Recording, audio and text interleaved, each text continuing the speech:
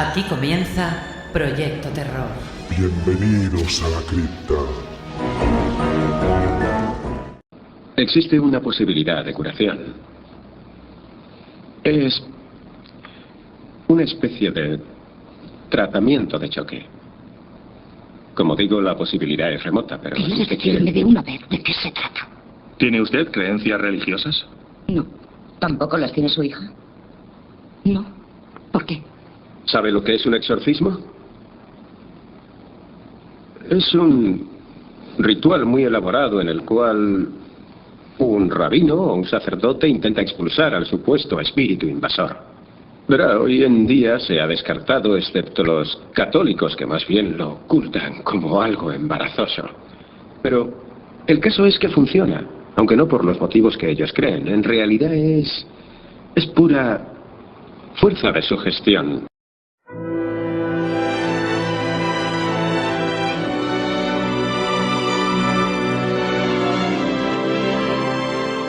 Hola, ¿qué tal, queridos amigos de la cripta de Proyecto Terror? Bienvenidos a una nueva sesión en la cual vamos a hablar de cine, de mucho cine, de todo el cine que nos apetezca y, por supuesto, también del terror, del suspense, del misterio, en fin, esos temas que tanto nos apasionan. Y es que nuestro invitado también es un devoto del cine. Y es que además de todo eso, es gran amigo de este programa, de este podcast, y además tiene nueva criatura literaria. Hoy nos presenta Contrarreparto su autor, Juan Ramón Viedma. ¿Qué tal, Juan Ramón? Bienvenido a la cripta. Muy bien, muchísimas gracias por invitarme a las profundidades de tu cripta. Pues nada, muy bien. Bienvenido y encantados de charlar contigo. Y Contrarreparto, un libro en donde nos presentas, vamos a hablar primero de tu criatura, después ya nos metemos por ámbitos más oscuros, cinematográficamente hablando, si te parece. Muy bien. Contrarreparto, en esta obra nos propones... pues una especie de ejercicio de ¿y si? Me explico. Lo previsto fue sustituido. 150 películas en donde nos muestras esos elencos alternativos. Lo que en un principio se supone que tenían previsto a la hora de rodar un film y que no fue. Bueno, pues tú aquí nos muestras cómo hubiesen sido esas películas de alguna manera, ¿no, Juan Ramón? Partimos de esa premisa, con Contrarreparto. Pues sí, efectivamente, lo has descrito muy bien. La verdad es que después de muchos años escribiendo sobre cine y viendo películas, he ido amontonando lo que en primera instancia eran notas y anécdotas sobre esos repartos pretendidos en primera instancia para que encabezaran los créditos de una película y que por muy variadas circunstancias, desde el azar a las pretensiones, egoísmos, censuras, bueno, las causas son tan variadas como el comportamiento de cualquier ser humano y de cualquier empresa, naturalmente. Han ido modificando esta previsión inicial hasta dar con el actor que ha terminado interpretando la película tal y como la conocemos. Lo que en principio te decía que no era más que unas notas en un cuaderno, con el tiempo vi que eran también una vía de conocimiento, de la evolución del cine, de la propia trayectoria de los actores y de cómo habían cambiado la concepción del propio espectador hacia las películas a lo largo de los años. Pensé que era muy interesante reunirlos y sistematizarlos y presento aquí, efectivamente, en Contrarreparto, 150 de estos casos que nos cuentan esa otra película que pudo ser, Uh-huh. y que además nos proporciona una especie de vía intravenosa para que imaginemos cómo podría haber sido la película en caso de que las pretensiones que se tenían inicialmente se hubieran cumplido, con lo cual es un ejercicio también de recreación personal que creo que es muy interesante y muy divertida. Uh-huh.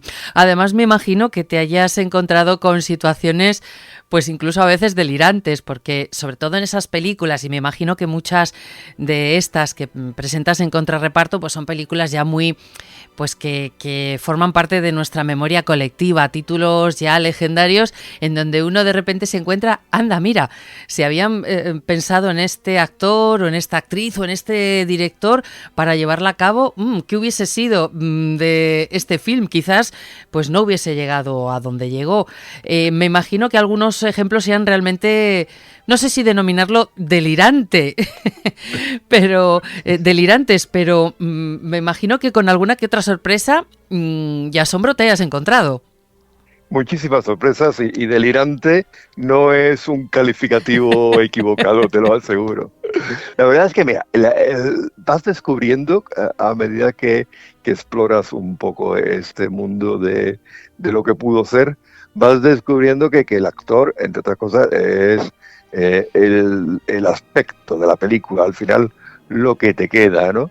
Y cuando ese reclamo tan básico de la historia te lo cambian, te descoloca por completo y descoloca lo que pudo ser la película, ¿no? Imaginemos, por ejemplo, bueno, los casos son casi inabarcables. Yo he elegido 150 películas porque quería además que fueran películas que más o menos el espectador medio maneja con una memoria más o menos inmediata, ¿sabes? No quería irme a títulos como, pues,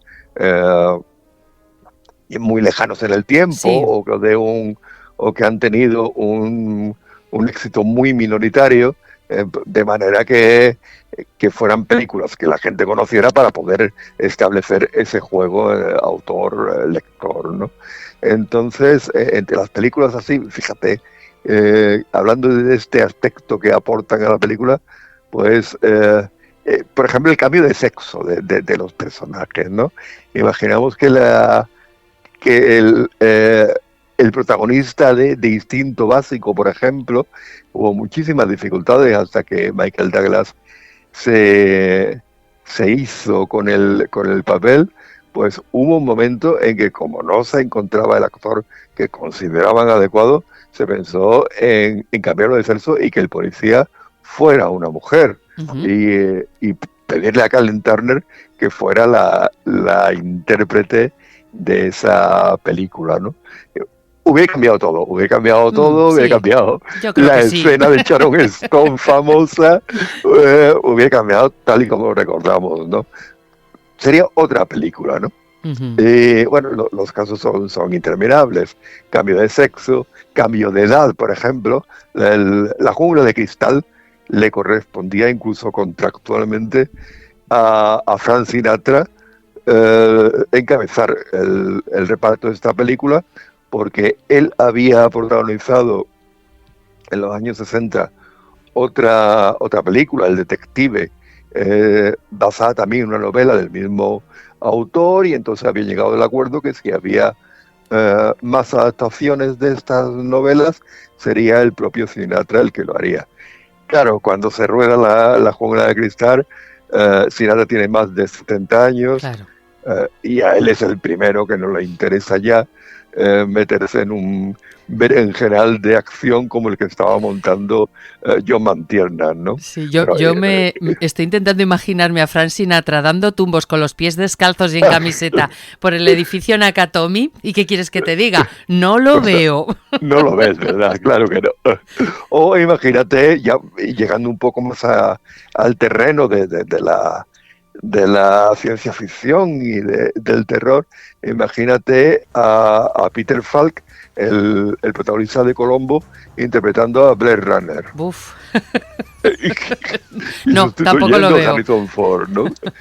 Pues podría haber sido, porque si recuerdas un poco, en realidad Blade Runner el trabajo que hacía era más puramente intelectual, uh-huh, que de acción en el guión, ¿no? Él llevaba a cabo aquellos tests para localizar a los replicantes y eran test psicoemocionales, porque no había otra manera de detectarlos, y eso lo podría haber hecho un hombre pues de mucha edad o que no tuviera una gran forma física.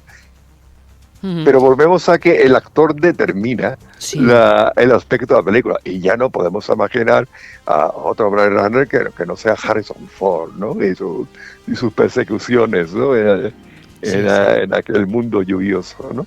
Sí, no, eso desde luego. Claro, una vez ya que la película llega, triunfa, forma parte de la cultura pop, de la cultura popular, ¿no? Porque claro, pues estas que has nombrado, sencillamente ya están en el imaginario colectivo y esos personajes ya tienen una imagen. Y sí que es verdad que ahora mismo nos costaría mucho. Tiene razón, en el caso de Peter Falk, bueno, pues el personaje de Blade Runner no requiere de tanta acción, de tanto físico, pero es que ahora mismo Harrison Ford es Blade Runner y rápidamente los actores de la película se nos vienen a la mente. Y ya eso es imposible dar marcha atrás en el tiempo. Ya son ellos, pues fíjate, y ya no puede ser. Claro, fíjate, hablando de iconos, quizá el icono por excelencia que cambia con uno de estos contrarrepartos, haciendo allí un poco de memoria, ¿no? Sabiendo que iba a charlar hoy contigo, es el Dr. Frankenstein, ¿sabes? Dr. Frankenstein era una película que estaba prevista para Bela Lugosi, que había tenido un gran éxito con el Drácula de Tom Browning, ¿no? Entonces, cuando preparan el proyecto de llevar la novela de Mary Shelley al cine, se le encomienda en principio a Bela Lugosi. Lo que pasa es que Bela Lugosi, que era un actor que había llegado no hacía mucho de una Hungría donde él era una gran estrella, no estaba de acuerdo, en primer lugar, con las sesiones de maquillaje a la que debería haber sido sometido. Él decía que él era una estrella en su país y que no había venido a Estados Unidos a convertirse en un espantapájaros, decía literalmente. Y por otra parte, un papel que carecía prácticamente de diálogos, ¿no? Entonces lo rechazó, el papel recayó en Boris Karloff, como todos sabemos, y ya no podemos imaginar a otro Frankenstein, que ese sí que es un icono de verdad, ahora que se utiliza con tanta facilidad la maldita palabreja, a otro Frankenstein original que no fuera el que interpretó Boris Karloff. Es verdad, tiene razón, porque claro que han venido muchos actores después a interpretar el papel del monstruo, incluido el propio Bela Lugosi tiempo después, no le dio más remedio, en el pero 43, sí que es verdad, efectivamente. Sí que es verdad que la imagen clásica, ese icono, como tú bien apuntas, esa camiseta, esa referencia, esa imagen, que si nos ponemos a pensar en ella, claro, nos viene la primigenia, la de Boris Karloff, aunque hubo otro Frankenstein previo en el ámbito del cine mudo, pero es Karloff el que marca el camino, el que marca la referencia, y ya se ha convertido en todo un referente. Es que tienes razón, es verdad. Pues sí, ya te digo. Entonces, pues son informaciones, son consecuencias que vas trayendo de estos contrarrepartos y que de alguna manera te ayudan a completar la película, ¿no? Esa lo que ocurre en la trastienda, que también es película, pero que no se nos niega muchas veces, ¿no? Con El Exorcista, otra película que para los aficionados está ahí en un lugar de oro en nuestro santoral del terror que tenemos en el sitio más privilegiado de nuestra habitación. Sí. El Exorcista, pues también podría haber sido otras muchas películas distintas, ¿no? que la que se nos llevó. Por ejemplo, el Padre Carras, en principio, era un proyecto destinado a Marlon Brando, ¿sabes? Wow. Lo que pasa es que, claro, William Friedkin, que era un director con un gran carácter, dijo que no quería a Brando ahí porque entonces aquello hubiera sido una película de Brando y no hubiera sido El Exorcista, ¿no? pero también se tanteó para el papel a todas las estrellas de la época, a Paul Newman, Al Pacino, Jack Nicholson, el propio Jim Hammond, tan recientemente fallecido. Y al final se contrata, fíjate que al final se contrata a Stacy Keach, un actor también famoso en aquella época. Me acuerdo de él, ¿no era el protagonista de aquella serie detective? Mike Hammer. Sí, Mike Hammer, efectivamente, de Mike Spillane, efectivamente, el famoso Hammer. Pues se le contrató, a ese se le contrata ya, ¿no? Para interpretar al padre Carras. Pero el director conoce a Jason Miller, que tenía en su haber muy poca experiencia, pero una gran formación religiosa que le marcaba muchísimo el carácter, ¿no? Entonces despide a Stacy Keach con la demanda correspondiente por haberlo hecho y contrata a Jason Miller para el papel de Carras. Y bueno, el de la niña, no digamos, el papel de Regan, la famosa niña poseída, también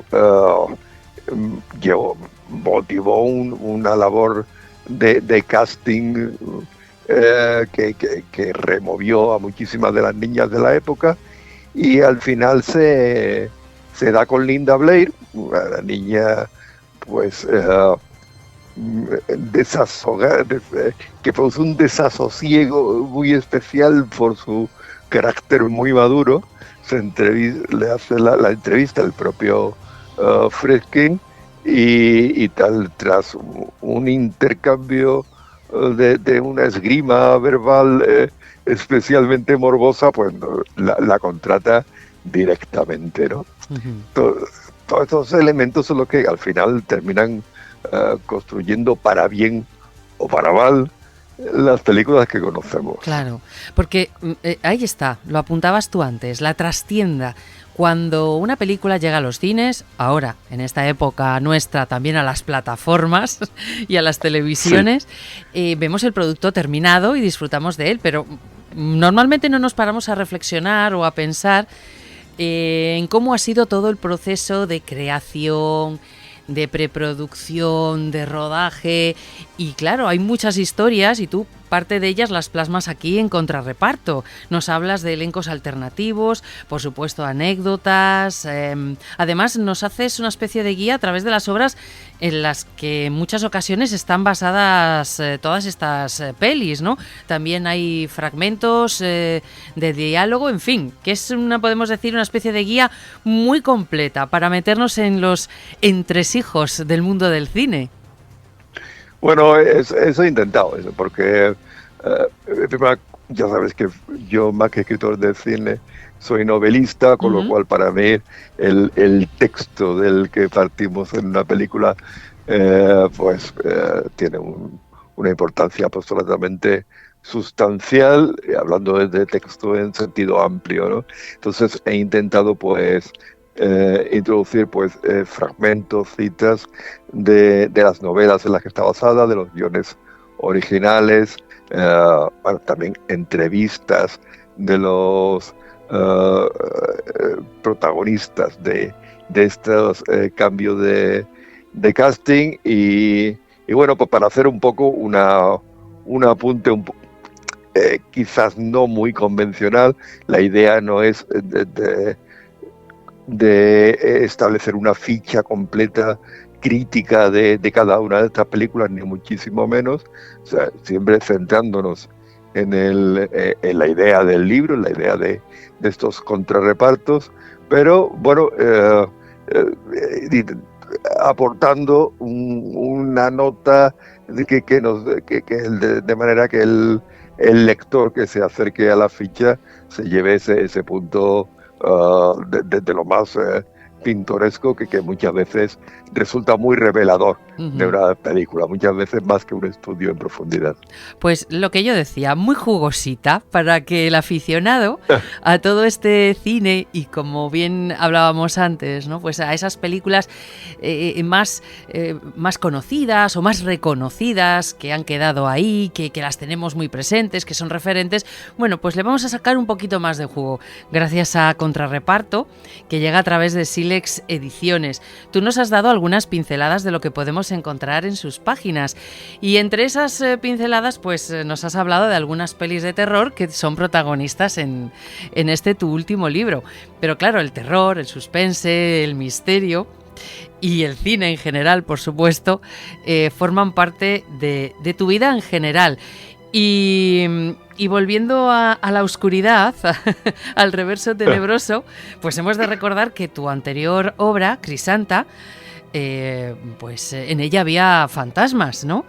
Y ese es un lado tuyo que nos gustaría revelar un poquito más, conocer un poco más, pero en el apartado cinematográfico. Por eso aquí viene ya la precunda cotilla, Juan Ramón, y es, bueno, pues que nos comentes cuáles son algunos de esos títulos, porque mira, a mí me da un poquito de rabia cuando me dicen, venga, escoge tus 5 o 10 películas favoritas del género. Solo 5, solo 10, es imposible. Qué difícil, ¿eh? Qué difícil. Claro, entonces yo siempre pongo a mis entrevistados en esta tesitura algún título, algunos títulos, porque decirlos todos es imposible, pero de los favoritos, alguno que te haya marcado, que te haya gustado, dentro de estos géneros que manejamos aquí en la cripta de Proyecto Terror. ¿Tienes así algún título que le tengas ahí como en una especie de esta película en su día a mí me marcó, o me divertí muchísimo, pero qué mal lo pasé en la sala de cine? Bueno, esto es una pregunta. Yo, como hemos comentado alguna vez tú y yo, doy clases de narrativa, con lo cual, pues mis alumnos, sobre todo los más jóvenes, no solo me preguntan mis películas preferidas, sino que me piden recomendaciones para ver, ¿no? Para ver cine sí. de calidad, ¿no?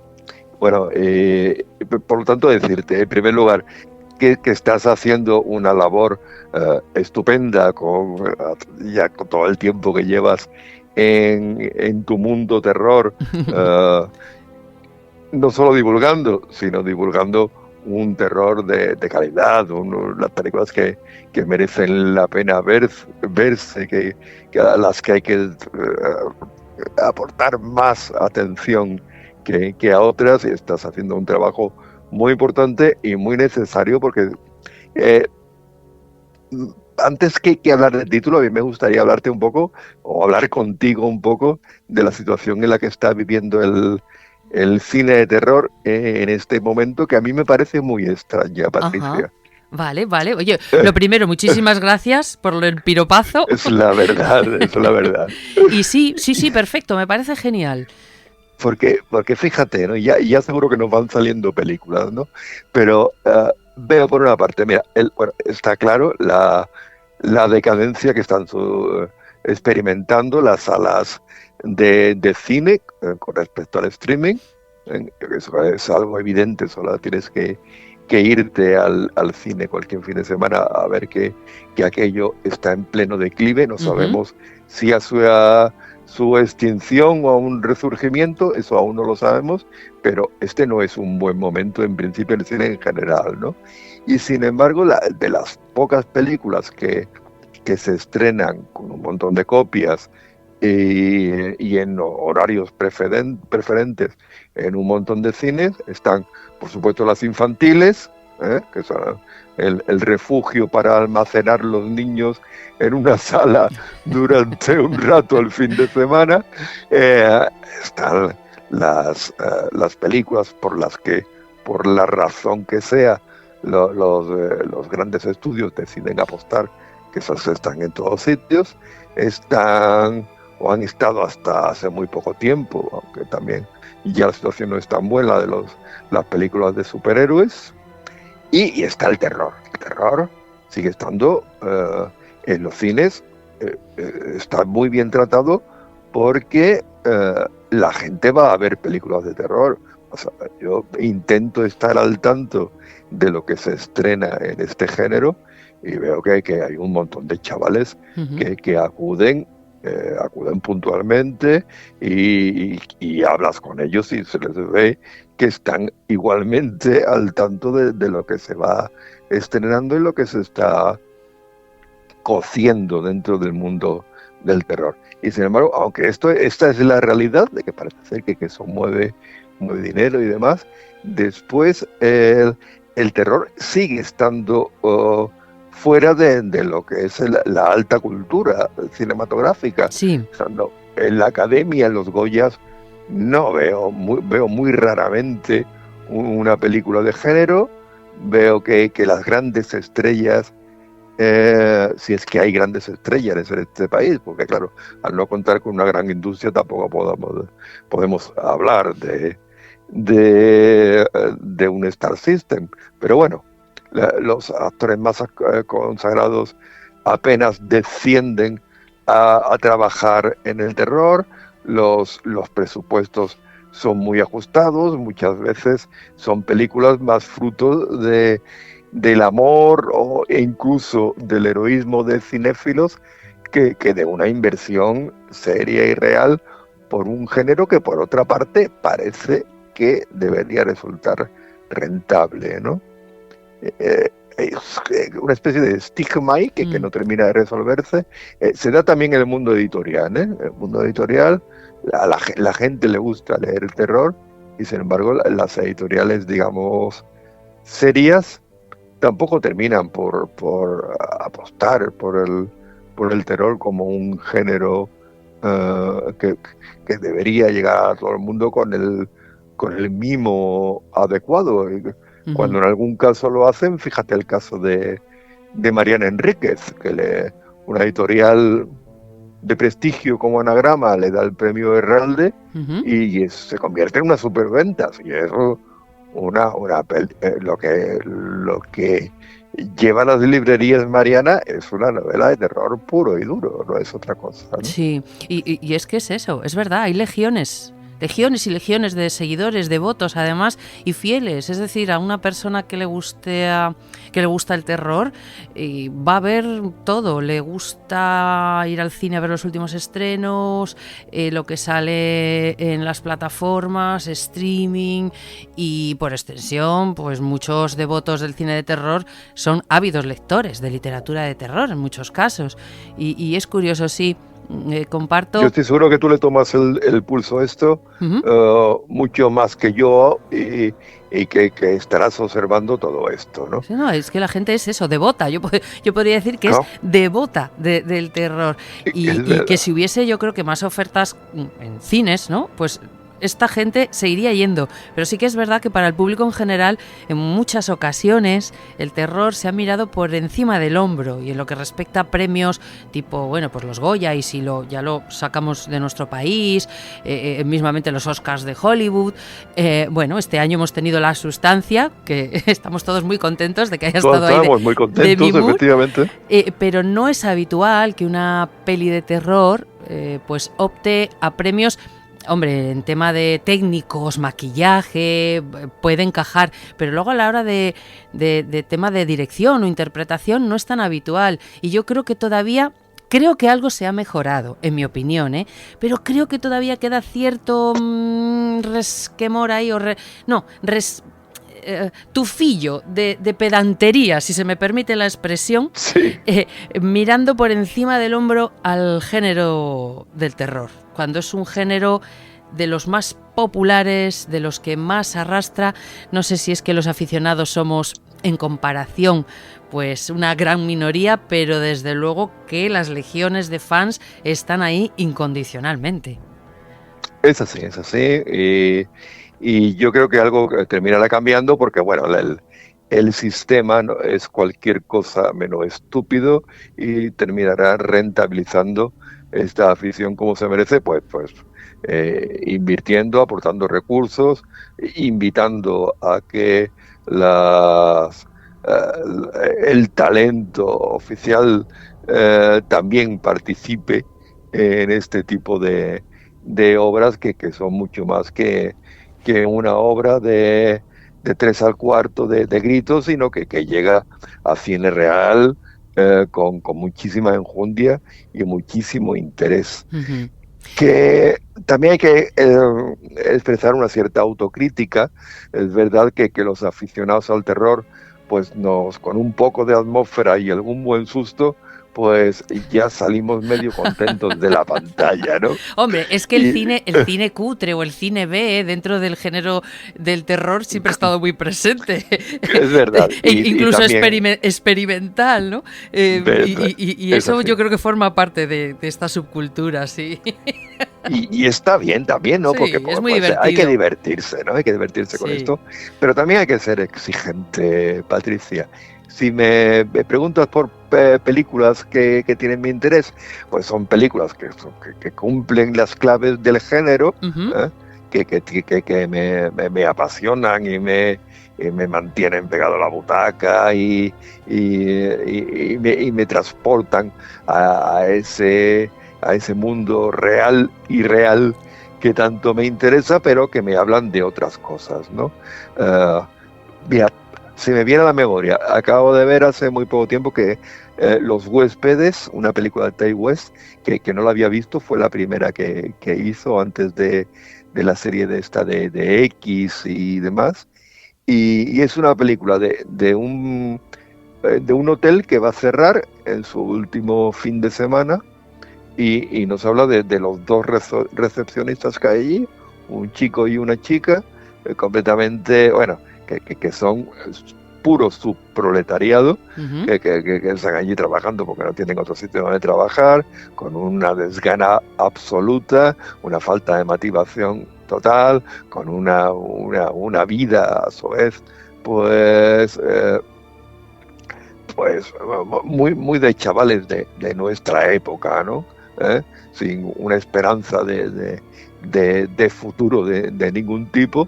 eh, y ese hotel, que es ese contexto con ese tipo de personas que tanto me interesa, de pronto se convierte en el lugar donde ocurren una serie de hechos fantasmagóricos, ¿no? Ujú. Entonces, ese tipo de mezclas es a mí lo que me interesa, ¿no? Yo creo de las mejores películas que a mi juicio, ¿no?, se han hecho en lo que llevamos de siglo es El hombre de las sombras de Pascal Laugier, ¿no?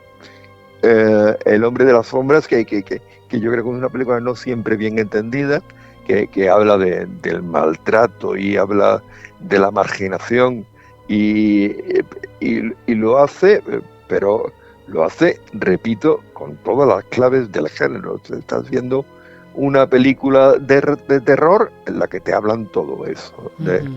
de otros temas que también hay que tener, a mi juicio, pues presente, y que son también temas de los que yo quiero hablar en mis obras, y por lo tanto los incluyo continuamente. Me viene, mira, otra película sin a la memoria, Nadie saldrá vivo de aquí, que está basado en una novela de Alan Neville, Ajá. seguramente uno de los autores de terror más interesantes y más potentes que hay en la actualidad, por la convicción con la que afronta sus historias, ¿no? Nadie saldrá vivo de aquí es una película de Santiago Menghini del 2021, en la que habla claramente del fenómeno de la inmigración en Estados Unidos, de cómo llega allí un inmigrante y no tiene literalmente dónde caerse muerta y se mete en una pensión, y en la pensión esa pues hay monstruos literalmente, ¿no? Ujú. Entonces ese tipo de combinaciones a mí me parecen muy interesantes, ¿no? Sí, porque Es un mira, perdona Juan Ramón, a raíz de todo Sí, esto que estás comentando, es que me está viniendo a mí ahora mismo una conversación que he tenido no hace mucho, no recuerdo con quién, pero sé que sí, la he tenido, acerca de cómo con el terror se pueden contar historias cotidianas, historias actuales, y se sorprendía, ¿no? Porque tenía marcado pues ese estereotipo de que con el terror un monstruo, ¡buh!, susto, lo que decíamos antes, ¿no? El susto ese con el que todos nos hemos reído y tal, y ya después se convierte en una película que has olvidado fácilmente. Pero es que en el terror encontramos, como estás comentando tú, pues películas en donde nos cuentan, se utiliza el terror para narrar algo actual, alguna problemática, incluso algún hecho cotidiano, y en donde lo cotidiano pues es algo no muy agradable. Y el terror es una manera de contarlo. Hay otros que igual prefieren un drama más al uso, un melodrama. Pues hete aquí que tienes el terror también para poder narrar todas estas historias. Y a veces hay gente que todavía se sorprende de esta circunstancia. Sí, o lo rechaza incluso directamente. Sí. Fíjate, tú mencionabas antes mi novela Crisanta, en la que utilizo una historia de fantasma, una casa encantada literalmente, para contar lo que fue la retaguardia de la guerra civil en Sevilla, ¿no? El momento de terror, la purga, la instauración de la dictadura en esta ciudad. Y bueno, pues una novela que tiene ya 2 años y pico y con la que he recorrido todo el país, y le tengo que decir que en algún club de lectura la gente me ha llegado a decir, bueno, me ha gustado mucho la novela, la parte, lo que es novela histórica, novela social, la vena policíaca que la recorre, pero la parte esa sobrenatural, yo es que no entro porque eso es algo que yo nunca leo y que me saca fuera de la historia, ¿no? Me ha dicho alguien en algún club de lectura, ¿no? Sin embargo, yo creo que es la metáfora adecuada para contar la descomposición del tejido psicológico de una ciudad en un momento histórico tan concreto como ese. También en mi novela anterior, El sonido de tu cabello, donde entro de lleno en un suburbio, en el gueto por excelencia de este país, las 3.000 viviendas de aquí de Sevilla, pues utilizo una especie de espectro que anda suelto, que es propio de la etnia gitana de Europa del Este, para determinar que cuando hay un contexto que se nos escapa, cuando hay algo que está por encima del control del ser humano y que bucea en lo más profundo de la gente, el terror es muy útil, Patricia, para mostrar esta clase de situaciones.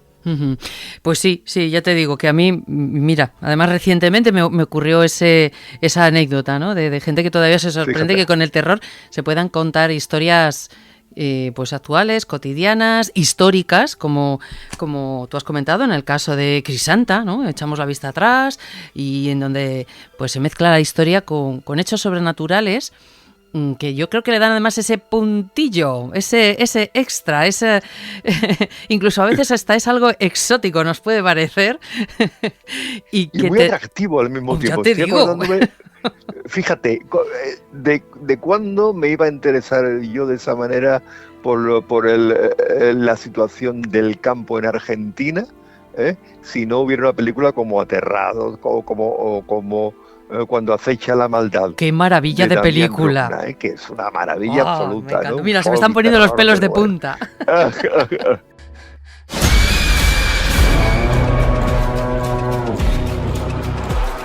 Hay un embichado en el pueblo. Estás asustando a mi familia. ¡Lo vi con mis propios ojos! ¡Estuve con él! Esto va a ser un infierno.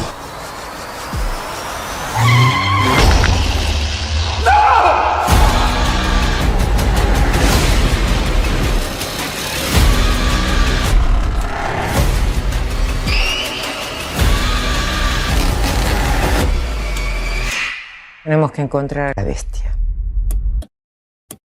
antes de que nazcan más.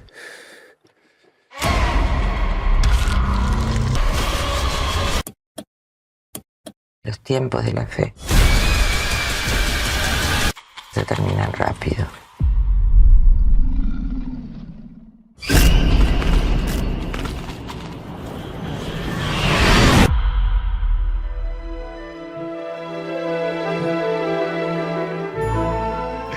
pues es un tema que a no ser que hablara con algún amigo argentino que me lo contara, es un tema que yo, pues la verdad que no prestaría ninguna atención, pero hay una película de terror que nos lo trae, nos lo lleva a nuestra casa y nos hace reflexionar sobre todo eso. Sí, maravillosa. ¿Y algún otro título más, Juan Ramón, para ir terminando y así que nos dejes con los colmillos largos? Pues mira,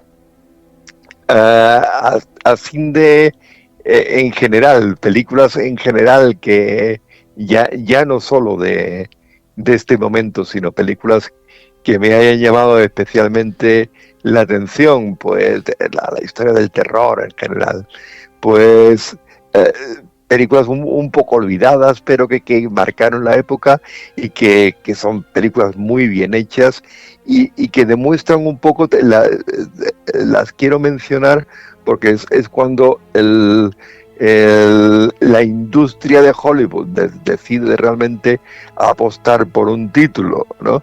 Aporta todos los recursos habidos y por haber en todos los planos que forman una película, y hay un actor de primera fila que también se implica en el proyecto.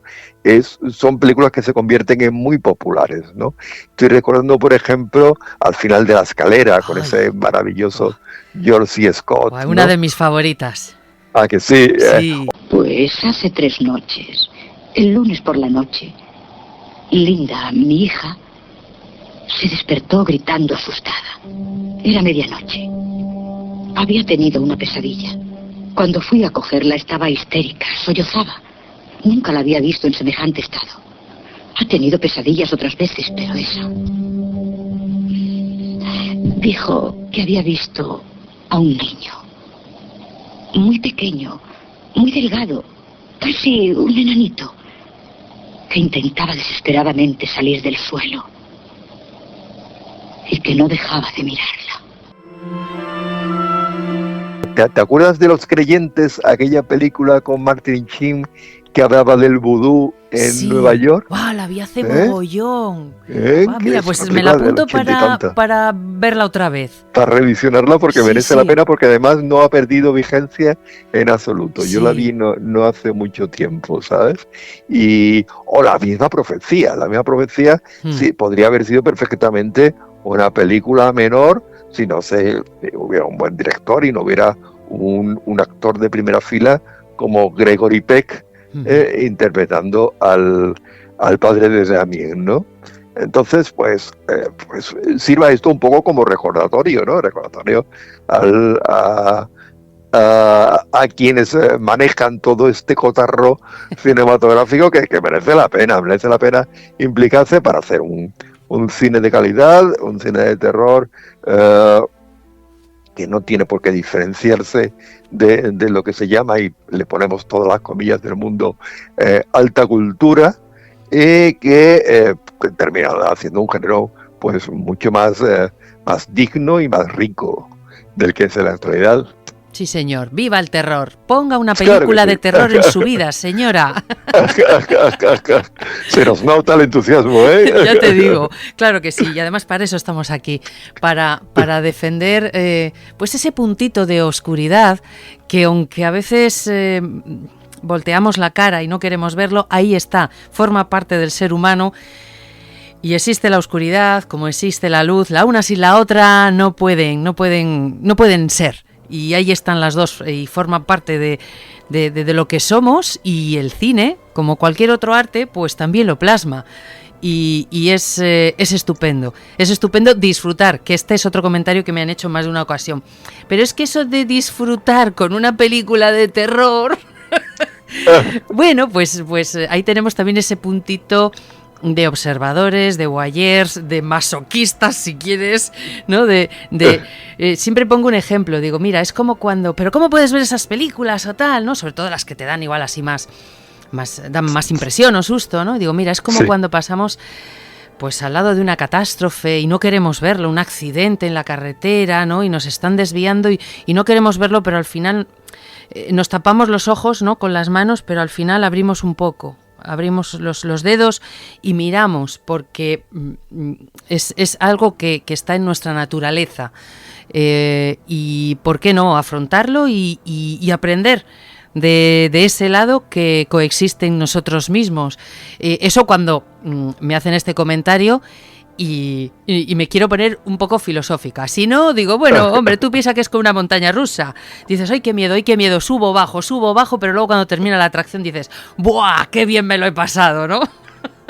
No, lo has explicado muy bien y creo que es un ejemplo que les citas a esas personas muy ilustrativo. La verdad es que el terror,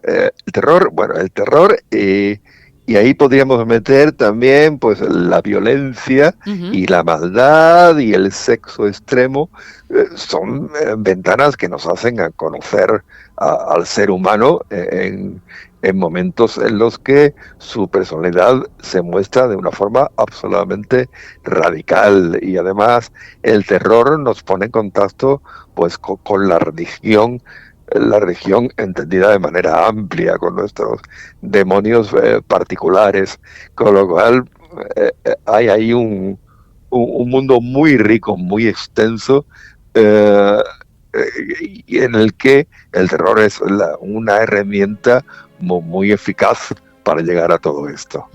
Y muy divertida también, claro que sí. Claro que sí, porque yo siempre lo digo, hay momento para la intensidad, para la reflexión, pero también hay un momento para la frivolidad, para algo más superficial, para echarte unas risas, un poquito de despiporre. Afortunadamente tenemos de todo y según el momento pues podemos disfrutar de ello. Claro que sí.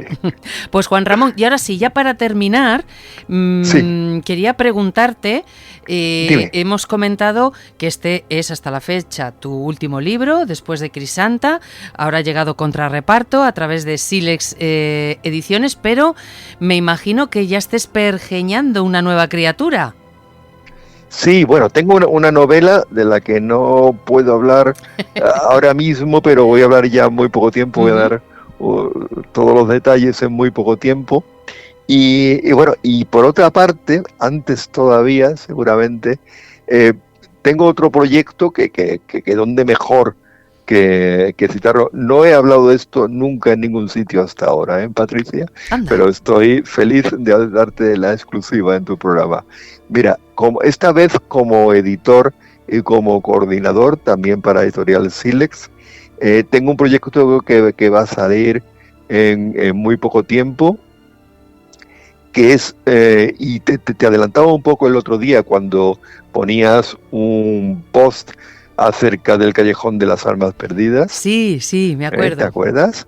Bueno, pues muy relacionado con esto, porque es un libro acerca de la parada de los monstruos. ¡Oh! Esto sí que es poner los colmillos largos. Va a estar en las librerías dentro de muy poco tiempo. Es un libro colectivo, en el que intentamos pues dar una imagen total de la película, una información integral, desde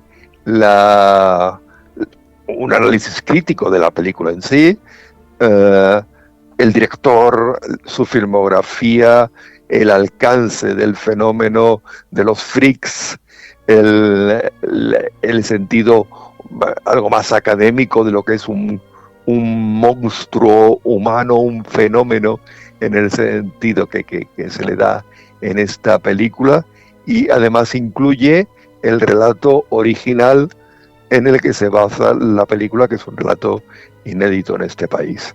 Es un libro para el que he tenido la enorme suerte de contar con un equipo estupendo. Están ahí, pues bueno, desde tu amigo Jesús Palacios, que ¡bravo! Jesús no podía faltar.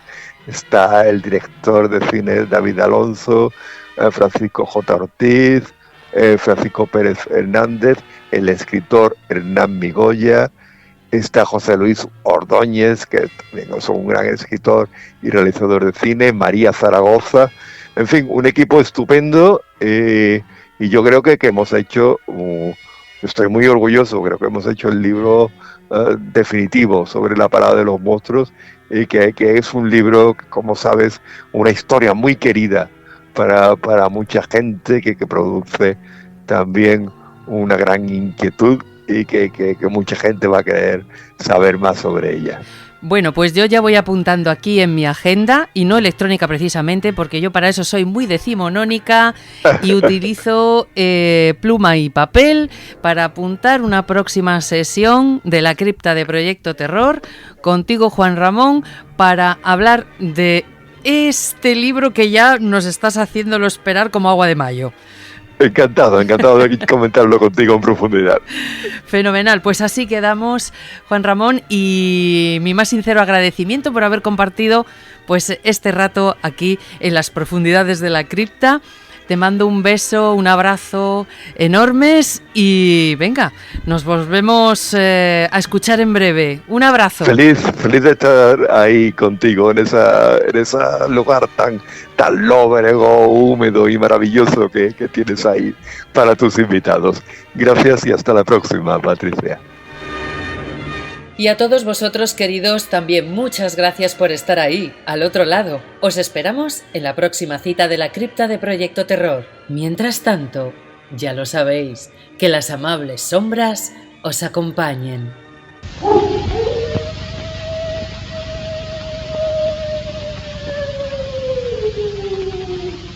Listen to them, children of the night. What music they make.